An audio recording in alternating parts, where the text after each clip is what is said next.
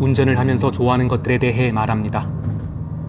영화 덩케르크를 보는 내내 관객의 귀에는 초침 소리가 깔려 있습니다.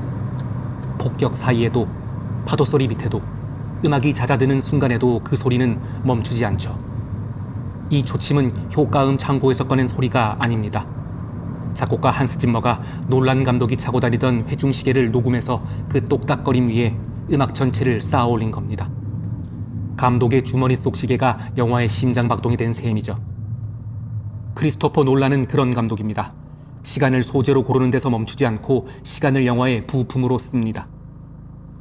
한 남자는 몇 분 전의 일을 기억하지 못합니다. 꿈속으로 들어간 사람들은 같은 순간을 전혀 다른 길이로 살아냅니다. 우주에서 몇 시간을 보낸 아버지는 그 사이 훌쩍 자라버린 자식들의 20여 년을 영상으로 몰아서 확인합니다. 해변의 일주일과 바다의 하루, 하늘의 한 시간이 한 편의 영화 안에서 나란히 달립니다. 어떤 사람은 앞으로 움직이고 어떤 사람은 같은 공간에서 시간을 거슬러 움직입니다. 이미 끝난 과거의 선택은 수년 뒤에 청문회 장에서 전혀 다른 의미로 다시 쓰입니다. 그리고 이번에는 20년 만에 집으로 돌아가는 남자의 이야기를 골랐습니다. 호메로스의 서사시를 스크린으로 옮긴 오디세이. 국내 개봉은 8월 5일입니다. 여기서 질문이 하나 생깁니다. 놀란 감독은 왜 이렇게 반복해서 시간을 다루거나 장치로 이용하는가? 조금 더 정확하게 말하자면 왜 매번 다른 방식으로 시간을 부수고 다시 조립하는가? 이 질문에 답하려면 먼저 짚어야 할 것이 있습니다. 바로 시간입니다. 제가 개인적으로 좋아하는 물리학자 김상욱 교수는 시간을 이야기할 때 우리의 직관을 의심하는 데서 출발합니다. 우리가 일상에서 말하는 시간과 시계가 재는 숫자가 과연 같은 것인가? 시계는 바늘이 도는 횟수를 셀 뿐입니다. 정작 시간은 사건이 언제 일어나고 어떤 순서로 이어지는지를 정해주는 기준이죠. 인간은 오랫동안 그 기준이 절대적이고 균일하다고 믿어왔습니다. 그 믿음을 수학적으로 완성한 사람이 뉴턴입니다. 뉴턴은 세계에서 무슨 일이 일어나든 상관없이 스스로 균일하게 흐르는 절대 시간을 상정했습니다. 이 가정은 물리법칙을 사용하는 데 대단히 유용했죠. 문제는 20세기에 터졌습니다. 아인슈타인 이후 시간은 관찰자가 어떻게 움직이는지, 얼마나 강한 중력 속에 있는지에 따라 다르게 흐르는 것으로 밝혀졌습니다. 우주 어디서나 똑같이 흐르는 하나의 시계는 없다는 뜻입니다. 그런데 여기서 더 이상한 문제가 남습니다. 시간은 왜 한 방향으로만 흐르는가? 물리법칙 대부분은 시간의 방향을 뒤집어도 수학적으로 멀쩡하게 성립합니다. 당구공 2개가 부딪히는 장면을 짧게 찍어 거꾸로 돌리면 어느 쪽이 정상 재생인지 구분하기 어려울 때가 있죠. 하지만 유리잔이 바닥에 떨어져 깨지는 영상을 거꾸로 돌리면 누구나 즉시 알아챕니다. 흩어진 파편이 스스로 모여 멀쩡한 잔으로 돌아오는 일은 현실에서 일어나지 않기 때문입니다. 이 비대칭을 설명하는 개념이 엔트로피입니다. 김상욱 교수는 이걸 큐브에 비유하죠. 6면의 색이 맞춰진 상태는 극히 드물고 흐트러진 상태는 압도적으로 많습니다. 그러니 무작위로 돌리면 큐브는 거의 언제나 질서에서 무질서로 갑니다. 고립된 개의 엔트로피가 감소하지 않고 증가하는 방향으로 움직인다는 연력학 제2법칙은 결국 가능한 상태의 수가 그렇게 기울어져 있다는 이야기입니다. 물리학은 이 기울기를 시간의 화살이라고 부릅니다. 김상욱 교수가 설명하는 시간은 시계의 숫자가 아니라 세계가 변화하는 방식이고, 우리가 체감하는 미래로의 흐름은 절대 시간의 증거라기보다 엔트로피 증가의 흔적에 가깝습니다. 물리학이 시간에 대해 이 정도로 유연하다면 영화는 처음부터 시간을 마음대로 다뤄온 예술입니다. 현실에서 1시간이 지나려면 1시간을 기다려야 하지만 영화는 한 사람의 수십 년을 2시간 안에 담습니다. 몇 년을 장면 전환 한 번으로 건너뛰고 몇 초짜리 사건을 여러 각도에서 반복하고 서로 다른 장소의 일들을 번갈아 붙여 동시에 벌어지는 것처럼 느끼게 만들죠. 영화에서 시간은 기록되는 것이 아니라 편집됩니다. 놀라는 이 성질을 극단까지 밀어붙이는 감독입니다. 시간의 주관성이라는 주제에 오래전부터 끌렸다고 말해왔죠. 관객이 무엇을 먼저 보고 무엇을 나중에 보는지에 따라 같은 인물과 같은 사건이 다르게 판단됩니다. 그 사실을 가장 선명하게 증명한 첫 작품이 메멘토입니다. 지금부터는 영화의 스포일러와 제 개인적인 해석이나 감상평이 포함되어 있습니다. 메멘토는 현상된 폴라로이드 사진이 거꾸로 흐려지는 이미지로 문을 엽니다. 이 역방향의 몇 초는 단순한 멋이 아니라 영화 전체의 규칙 선언입니다. 관객은 결과를 먼저 받고 원인을 나중에 받게 된다는 뜻이죠. 주인공 레너드 셀비는 새로운 장기 기억을 만들지 못합니다. 머리를 다친 뒤의 일들은 몇 분이 지나면 사라지죠. 그는 사람과 장소를 폴라로이드로 남기고 중요한 정보는 몸에 문신으로 새깁니다. 아내를 죽인 범인을 찾는다는 목적만은 붙잡고 있지만 그 목적으로 가는 과정은 계속 끊어집니다. 영화는 이 상태를 대사로 설명하는 대신 관객에게 직접 겪게 합니다. 흑백 장면은 시간 순서대로 앞으로 흐르고 레너드는 주로 모텔방에서 전화로 세미 젠킨스의 이야기를 들려줍니다. 컬러 장면은 반대로 시간의 역순이죠. 하나의 컬러 장면이 끝나면 영화는 그보다 앞서 일어난 사건으로 이동합니다. 영화가 시작될 때 레너드는 테디를 총으로 쏴 죽입니다. 보통의 영화라면 그 다음부터 이유를 시간 순서대로 보여줄 텐데 이 영화는 죽음이라는 결과에서 출발해 원인을 향해 거슬러 올라갑니다. 컬러 장면이 새로 시작될 때마다 레너드는 자신이 어디에 있는지, 눈앞의 사람이 누구인지, 방금까지 무엇을 하고 있었는지를 다시 판단해야 합니다. 관객도 정확히 같은 조건에 놓이죠. 우리는 레너드보다 많이 아는 상태로 영화를 보는 게 아니라 레너드가 허락한 만큼만 알게 됩니다. 이 설계가 허황된 장치가 아니라는 점도 흥미롭습니다. 기억 연구의 권위자인 하버드대 심리학자 데니얼 샥터는 이 영화가 전향성 기억 상실을 상당히 정확하게 이해하고 있다고 평가했고, 의학저널 BMJ에 실린 논문은 대중문화의 기억 상실 묘사 가운데 드물게 정확한 사례로 이 영화를 꼽았습니다. 구조의 완성은 영화의 마지막, 그러니까 실제 사건의 시간으로는 컬러 서사의 출발점에서 이루어집니다. 레너드는 테디에게서 듣고 싶지 않은 이야기를 듣습니다. 그리고 그 말을 검토하는 대신 미래의 자신이 테디를 범인으로 판단하도록 정보를 남기죠. 테디의 자동차 번호를 줬고 그것을 추적해야 할 사실로 지정합니다. 이 기억이 지워지기 전에 레너드가 지워진 뒤의 레너드에게 명령을 내리는 셈입니다. 그러니까 이 영화에서 시간은 단순히 거꾸로 흐르는 게 아닙니다. 기억이 사라진 자리에 자신이 믿고 싶은 이야기가 들어옵니다. 레너드에게 과거는 확정된 사실이 아니라 현재의 자신이 남긴 기록을 통해 미래의 자신에게 전달되는 이야기죠. 시간의 순서를 바꾸면 정보만 달라지는 게 아니라 관객의 도덕적 판단까지 달라진다는 것. 논란의 첫 번째 시간은 물리학의 시간이 아니라 인간의 인식이 만들어낸 시간입니다. 메멘토가 사건의 순서를 뒤집었다면 인셉션은 하나의 사건 안에 서로 다른 속도의 시간을 동시에 집어넣습니다.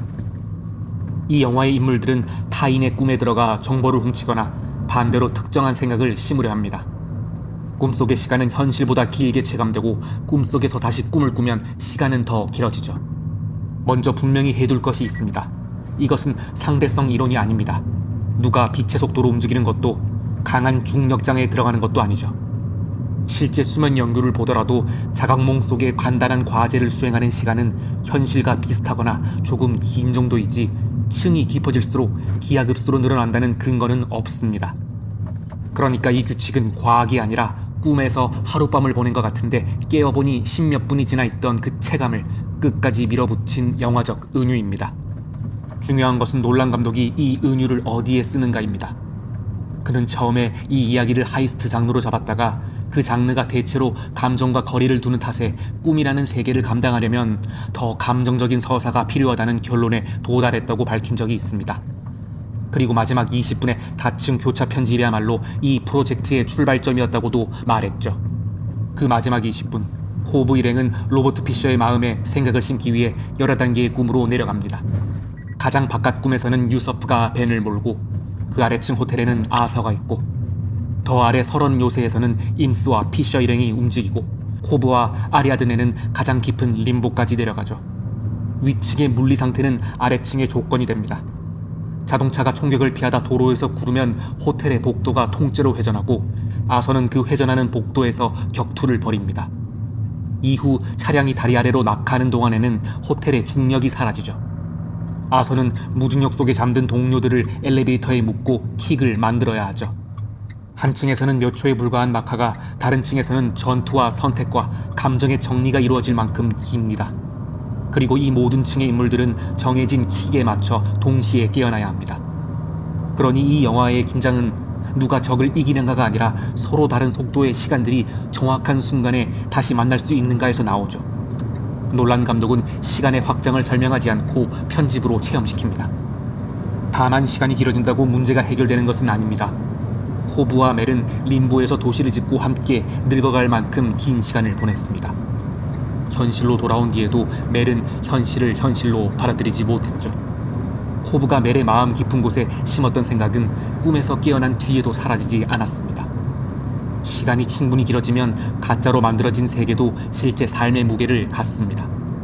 메멘토에서는 기억이 없어서 과거를 믿을 수 없었다면 인셉션에서는 너무 많은 시간을 살아버려서 현재를 확신할 수 없습니다. 인셉션의 시간 차이가 꿈속에서 작동하는 가상의 규칙이었다면 인터스텔라에서는 실제 물리학이 이야기의 한복판으로 들어옵니다. 놀란 감독은 만약 이 영화에 적이 있다면 그것은 시간 자체라고 했습니다. 원리는 두 갈래입니다.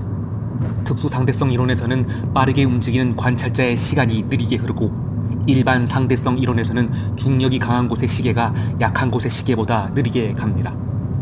밀러 행성의 그 유명한 설정은 후자 쪽이죠. 초대질량 회전 블랙홀 가르강티아와 가까운 이 행성에서의 1시간은 지구의 약 7년에 해당합니다. 과학 자문을 맡은 물리학자 킵손 박사의 계산으로도 이 정도의 시간지연은 거의 최대 속도로 회전하는 블랙홀이라는 대단히 특수한 조건에서만 성립합니다. 이론이 허용하는 최대치를 이야기의 조건으로 가지고 왔습니다. 쿠퍼 일행은 최대한 짧게 행성을 조사하고 돌아오려 합니다. 하지만 산맥처럼 보였던 것은 사실 거대한 파도였고 도일은 그 파도에 휩쓸려 목숨을 잃습니다. 브랜드가 기록 장치를 회수하려다 시간이 더 지체됩니다. 두 사람이 모선으로 돌아왔을 때 홀로 남아있던 로밀리는 23년이 넘는 시간을 기다린 상태였습니다. 쿠퍼와 브랜드에게는 몇 시간, 로밀리에게는 인생의 상당 부분입니다. 그런데 이 영화에서 시간 지연이 가장 아프게 다가오는 순간은 숫자를 설명하는 장면이 아닙니다. 쿠퍼가 쌓여있던 영상 메시지를 몰아서 확인하는 장면이죠. 아들 톰은 학교를 마치고 연인을 만나고 아이를 낳습니다. 그 아이가 세상을 떠나기도 합니다. 출발할 때 어린아이였던 머피는 화면 속에서 성인이 되어 이제 떠날 때의 아버지와 같은 나이가 되었다고 말하죠. 쿠퍼는 가족의 20여년을 몇 분 동안 연속으로 지켜봅니다. 그가 잃은 것은 20년 이상이라는 숫자가 아니라 아들이 아버지가 되는 과정이고 딸이 자신을 기다리다 지쳐간 시간입니다. 중력이 시계를 느리게 만든다는 방정식을 몰라도 이 장면 앞에서는 그 결과를 정확하게 느끼게 되죠. 영화 후반 블랙홀 내부의 테서렉트에서 쿠퍼는 머피의 방에 흐른 여러 시간을 공간처럼 펼쳐놓고 봅니다. 책을 떨어뜨리고 시계 초침을 움직여 과거의 머피에게 정보를 보내죠. 여기서는 구분이 하나 필요합니다. 중력이 시간에 영향을 준다는 출발점은 일반 상대성 이론이지만 인간이 블랙홀 내부에서 살아남아 고차원 구조에 들어가고 과거로 정보를 보내는 과정은 영화가 만들어내는 공상과학의 영역입니다. 애초에 놀란 감독의 목적은 물리학 강의가 아닙니다. 시간지연이라는 현상으로 부모와 자식이 서로 다른 속도로 늙어가는 상황을 만드는 것이죠. 쿠퍼가 마지막에 다시 만난 머피는 병상의 노인입니다. 아버지는 딸보다 젊은 얼굴로 돌아왔죠. 인셉션에서 시간의 차이가 작전을 성공시키는 자원이었다면 여기서는 같은 차이가 대가가 됩니다. 우주의 거리는 언젠가 건널 수 있을지 모르지만 한 사람이 살아버린 세월은 다시 건너갈 수가 없습니다. 논란의 시간이 처음으로 명백한 상실이 되는 지점입니다. 인터스텔라가 물리학으로 시간의 차이를 만들었다면 덩케르크는 순수하게 플롯과 편집으로 그 차이를 만듭니다. 놀라는 이 작품을 메멘토 이후 가장 실험적인 구조라고 스스로 규정하면서도 관객이 지나치게 머리를 쓰며 보게 만들고 싶지는 않았다고, 퍼즐이 아니라 체험이어야 한다고 못 박았습니다. 영화는 1940년 프랑스 됴케르크에 고립된 연합군의 철수작전을 3개의 공간과 3개의 시간으로 나눕니다. 해변과 방파제의 육지 이야기는 일주일, 민간 선박으로 해협을 건너는 바다 이야기는 하루, 상공에서 엄호하는 공군의 이야기는 1시간. 길이가 전혀 다른 세 사건이 비슷한 화면 비중으로 교차하고 관객은 어느 순간부터 세 이야기가 거의 동시에 진행되는 것처럼 느끼게 됩니다. 그러다 앞서 보았던 사건이 다른 시간선의 시점에서 다시 등장하면서 세 이야기의 관계가 드러납니다. 콜린스가 바다에 불시착하는 모습을 도슨 부자의 문스토노가 목격하고 그를 구조합니다. 폭격당한 구축함 주변으로 기름이 번지고 병사들은 침몰하는 배에서 뛰어내려 문스토너와 민간 선박들을 향해 헤엄칩니다. 그리고 민간 선박들이 됴케르크 해안에 도착해 구조를 시작하면서 서로 다른 길이로 진행되어 온 세 개의 시간은 후반부의 한 사건 속으로 수렴합니다. 인물들의 시간은 성격도 다릅니다. 해변의 병사들에게 일주일은 언제 끝날지 모르는 기다림이고, 도슨 부자에게 하루는 스스로 위험 속으로 들어가는 항해이며, 조종사 파리어에게 한 시간은 계기판의 연료가 줄어드는 시간입니다. 연료계가 총격으로 고장난 뒤에도 파리어는 잔량을 분필로 적어가면서 시간을 계산해야 하죠. 그리고 마지막, 연료가 바닥나 엔진이 완전히 멎은 뒤에도 그는 기술을 돌리지 않습니다. 소리 없이 활공하는 스피파이어 전투기로 방파제를 향해 내리꽂히던 폭격기를 격추합니다. 활공은 그 뒤에도 이어지고 그는 해가 지는 해변에 비상 착륙해 비행기를 불태우고 독일군에게 붙잡히죠. 그의 마지막 시간은 자신의 귀환이 아니라 해변에 남은 사람들을 위해 쓰인 겁니다. 이 영화에는 웜홀도 꿈도 기억 상실도 없습니다. 그런데도 관객은 시간의 변형을 겪습니다. 앞서 이야기한 그 회중식의 소리가 전 구간의 맥박을 조여옵니다. 시간의 구조를 이해하지 못해도 긴장된 순간들이 우리에게 그대로 전달됩니다. 시간이 대사로 설명되는 주제가 아니라 관객의 몸이 겪게 되는 리듬이 되는 것, 그게 이 영화의 발명입니다. 앞에서 시간의 화살 이야기를 했습니다. 물리법칙 대부분은 방향을 뒤집어도 성립하지만 엔트로피가 증가하는 방향 덕분에 우리는 과거와 미래를 구분한다는 것. 테넷은 정확히 그 지점에서 출발하는 영화입니다. 이 영화의 인버전은 과거의 한 시점으로 점프하는 일반적인 시간여행이 아닙니다. 사람이나 물체의 엔트로피 방향을 반전시키는 장치죠. 인버전된 사람은 자기 입장에서는 정상적으로 생각하고 움직이지만 주변 세계와는 다른 방향의 시간을 통과합니다. 초반의 연구실 장면이 이 규칙을 소개하죠. 주인공인 주도자 앞에서 총알은 발사되어 박히는 대신 표적에서 빠져나와 손으로 돌아오는 것처럼 움직입니다. 정상 방향의 관찰자에게 인버전된 물체는 결과가 원인보다 먼저 나타나는 것처럼 보이는 겁니다. 오슬로 공항의 프리포트 장면에서 이 구조가 인물에게 적용됩니다. 처음 그곳을 습격했을 때 주도자는 정체 모를 복면의 인물과 싸웁니다.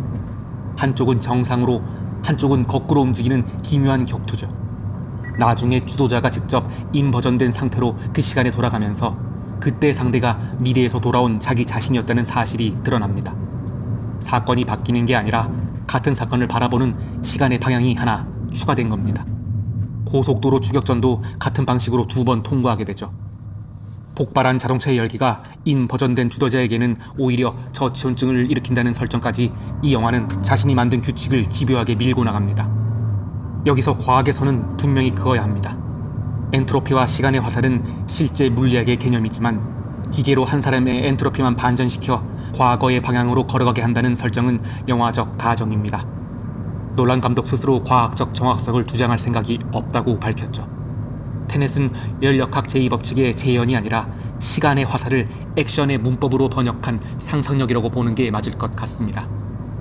오히려 이 영화에서 엔트로피보다 중요한 문장은 로버트 패틴슨이 연기한 닐이 반복하는 말입니다. 일어난 일은 일어난다. 과거로 돌아간다고 이미 벌어진 사건이 지워지지 않습니다. 주도자가 과거로 돌아가 한 행동조차 처음부터 그 사건 안에 포함되어 있었죠. 마지막 작전은 이 원리를 가장 큰 규모로 확장합니다. 정방향의 레드팀과 인버전된 블루팀이 같은 전장을 반대 방향에서 통과하고 미래에서 얻은 정보와 과거에서 실행되는 행동이 하나의 일관된 사건을 완성시킵니다. 그리고 닐의 이야기가 있습니다. 영화의 끝에서 주도자는 자신과 닐이 앞으로 오랜 관계를 맺게 된다는 사실을 알게 되죠. 다만 그 관계의 방향성이 두 사람에게 다릅니다. 주도자에게 닐과의 우정은 이제 시작이고 닐에게는 이미 함께 보낸 시간의 끝입니다. 닐은 자신에게 닥칠 일을 짐작하면서도 다시 지하 통로로 돌아가죠. 인터스텔라의 부녀가 서로 다른 속도로 시간에 찢겼다면 테넷의 두 사람은 같은 우정을 반대쪽 끝에서 바라봅니다. 오펜하이머에는 꿈도 우주선도 인버전 장치도 없습니다. 그런데도 시간의 순서를 공격적으로 재배열하는 영화 중에 하나죠. 놀란 감독은 이 작품의 대본을 자신의 영화 중 처음 1인칭으로 썼다고 밝혔습니다. 관객이 오펜하이머와 같은 자리에 타고 있다는 걸 분명히 하고 싶었다는 겁니다. 영화의 중심에는 3개의 시간대가 있습니다. 오펜하이머가 물리학자로 성장해 로스앨러모스를 이끌고 원자 폭탄을 만드는 시기, 그의 보안인가를 다루는 비공개 청문회, 그리고 스트로스의 상무부 장관 인준을 둘러싼 상원 청문회. 이 시간들은 순서대로 나열되지 않습니다. 로스앨러모스의 사건은 청문회의 증언으로 다시 등장하고 과거에 사소해 보였던 만남이 수년 뒤에는 충성심을 의심하는 근거가 되죠. 컬러 장면은 주로 오펜하이머의 주관에 붙어있고 흑백 장면은 주로 스트로스의 관점에서 진행됩니다. 메멘토에서도 흑백과 컬러가 두 개의 시간을 갈랐지만 목적이 다릅니다. 메멘토의 주인공은 과거를 알 수 없어서 현재를 오판했다면 오펜하이머의 관객은 이후의 결과를 알고 있어서 과거의 장면을 다르게 판단하게 됩니다. 트리니티 실험이 성공하는 순간 과학자들은 환호합니다. 하지만 관객은 그 무기가 실제 도시에 떨어진다는 사실을 알고 있습니다. 감독은 히로시마와 나가사키의 폭격을 화면에 직접 재현하지 않습니다. 대신 실험 직후의 체육관 연설 장면에서 발을 구르는 환호 사이로 오펜하이머의 감격이 무너지는 순간을 보여줍니다. 이 영화에서 과거의 사건 자체는 고정되어 있습니다. 변하는 것은 그 사건을 바라보는 의미죠. 전쟁을 끝낸 국가적 성공은 몇 년 뒤 그를 공격하는 자료가 되고 정치적 승리는 훗날 개인적 복수로 다시 읽힙니다. 영화의 처음과 끝에 두 번 등장하는 연못가의 대화가 이 원리를 압축하죠. 스트로스는 오펜하이머와 아인슈타인의 그 대화가 자신에 관한 것이었다고 오래 믿어왔지만 마지막에 공개되는 대화의 실체는 전혀 다릅니다. 두 사람은 스트로스가 아니라 세계를 태워버릴 연쇄 반응에 관해 이야기를 하고 있었죠. 같은 장면이 시간이 지난 뒤 전혀 다른 의미가 되는 것. 오펜하이머에서 시간은 사건을 바꾸지 않고 사건에 대한 판결을 바꿉니다. 그리고 놀란 감독은 다음 이야기로 오디세이를 골랐습니다. 북미에서는 7월 17일, 국내에서는 8월 5일에 개봉하죠. 아직 완성본이 공개되기 전이니 편집 구조나 결말 연출을 단정하는 일은 할 수가 없습니다. 다만 확인된 사실만으로도 이야기할 거리는 충분합니다. 맷 데이먼이 이타카의 왕 오디세우스를 연기하고 톰 홀랜드가 아들 텔레마코스, 앤 해서웨이가 아내 페넬로페를 맡았습니다. 젠데이아가 여신 아테나, 샤를리즈 테론이 오디세우스를 7년 동안 섬에 붙잡아두는 ним프 칼립소, 로버트 패틴슨이 구원자들의 우두머리 안티노오스로 나오죠. 영화 역사상 처음으로 영화 전체를 IMAX 필름 카메라로 촬영한 영화고 7월 초 런던 프리미어 이후의 첫 반응은 압도적인 호평에 가깝습니다. 놀란 감독의 최고작 반열에는 못 미친다는 반응도 일부 있었지만 거대한 스케일과 촬영에 대한 찬사는 대체로 일치하죠. 그리고 이번 작품 역시 단순한 시간 순서로 진행되지는 않는다고 감독이 언급한 것으로 전해집니다. 놀란 감독이 직접 밝힌 것 중 가장 흥미로운 대목은 시간 기법이 아니라 이 이야기를 읽는 그의 시선입니다. 어린 시절부터 알던 이야기를 중년이 되어 다시 읽으니 사랑과 상실에 관한 중년의 러브스토리로 읽혔다는 것. 그리고 자신은 이 이야기를 사실 모든 영화에서 이미 해오고 있었다는 것. 원작을 보면 그 말의 무게가 잡힙니다. 호메로스의 오디세이아는 애초에 시간 순서대로 시작하지 않습니다. 이야기는 귀향이 이미 한참 진행된 지점에서 출발하죠. 오디세우스는 칼립소의 섬에 붙잡혀 있고 이타카에서는 아버지 없이 자란 텔레마코스가 소식을 찾아 떠나고 집에는 오디세우스가 죽었다고 여기는 구원자들이 몰려와 재산을 축내고 있습니다. 그 유명한 모험들, 그러니까 외눈거인 폴리페모스와 아이올로스의 바람자루, 마녀 키르케, 저승방문, 세이렌, 스킬라와 카리브디스는 상당 부분 오디세우스가 파야케스인들의 궁전에서 직접 들려주는 회상으로 전달되죠. 이야기의 한가운데서 시작해 과거를 회상으로 복원하는 구조. 3000년 전의 서사시가 이미 비선형 구조였습니다. 그리고 원작에서 시간은 이야기의 순서 이상입니다. 트로이 전쟁이 10년, 귀향이 다시 약 10년. 오디세우스가 집을 비운 시간은 도합 20년이죠. 그 사이 갓난아이였던 텔레마코스는 아버지를 찾아 나설 수 있는 청년이 되었습니다. 이 지점에서 오디세이는 인터스텔라와 정확하게 만납니다. 쿠퍼가 떠날 때 머피는 어린아이였고 돌아왔을 때는 죽음을 앞둔 노인이었죠. 한쪽은 중력이고 한쪽은 전쟁과 바다와 신들의 방해입니다. 하지만 질문은 같습니다. 오래 집을 비운 사람이 과연 다시 가족으로 돌아갈 수 있을까? 원작의 답은 간단하지 않습니다. 이타카에 도착한 오디세우스는 자신의 정체를 바로 밝히지 않죠. 아테나가 그를 늙은 거지의 모습으로 바꾸고 그는 집의 상태를 살피고 누가 충성을 지켰는지 확인하고 아들에게 먼저 정체를 밝혀 구원자들을 제거할 계획을 세웁니다. 페넬로페는 남편이라고 주장하는 남자를 즉시 믿지 않습니다.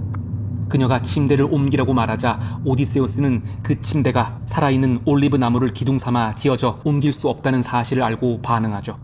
둘만 아는 그 비밀을 통해서야 페넬로페는 눈앞의 남자를 남편으로 확인합니다. 20년이 흐른 뒤에는 얼굴만으로 관계가 복원되지 않는다는 것, 공유된 기억이 한 인간의 정체를 증명해야 한다는 것.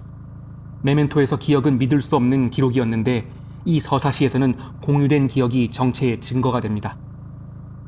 크리스토퍼 놀란 감독이 계속 시간을 부수고 다시 조립한 영화들을 나란히 놓고 보면 공통점이 하나 보입니다. 인물들은 시간을 접고 늘리고 거슬러 올라가지만 이미 선택한 삶의 결과에서는 벗어나지 못합니다. 레너드는 자신이 만든 거짓에서 빠져나오지 못하고 코브는 멜에게 심은 생각을 되돌리지 못합니다.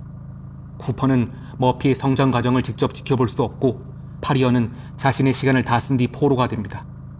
주도자는 닐의 마지막을 알면서도 바꾸지 못하고 오펜하이머는 자신이 시작한 시대를 멈추지 못합니다. 시간의 구조를 전부 이해한 순간 무엇을 얻었는가가 아니라 오히려 무엇을 잃었는지가 더 선명해지는 영화들이죠. 어쩌면 그게 놀란 감독이 시간으로 자꾸 돌아오는 이유일 겁니다. 시간은 인간이 가장 명확하게 측정할 수 있는 것처럼 보이지만 동시에 절대 되돌릴 수 없기 때문입니다. 물리학이 말하는 시간의 화살이 그렇고 극장을 나서는 관객의 몇 시간이 그렇습니다. 그리고 오디세이가 던질 질문도 결국 여기에 있을 겁니다. 오랜 시간이 흐른 뒤 집으로 돌아온 사람은 떠났던 그 사람과 같은가? 집으로 가는 모험은 끝날 수 있습니다. 하지만 떠나 있던 동안 흘러간 시간은 되돌릴 수 없습니다.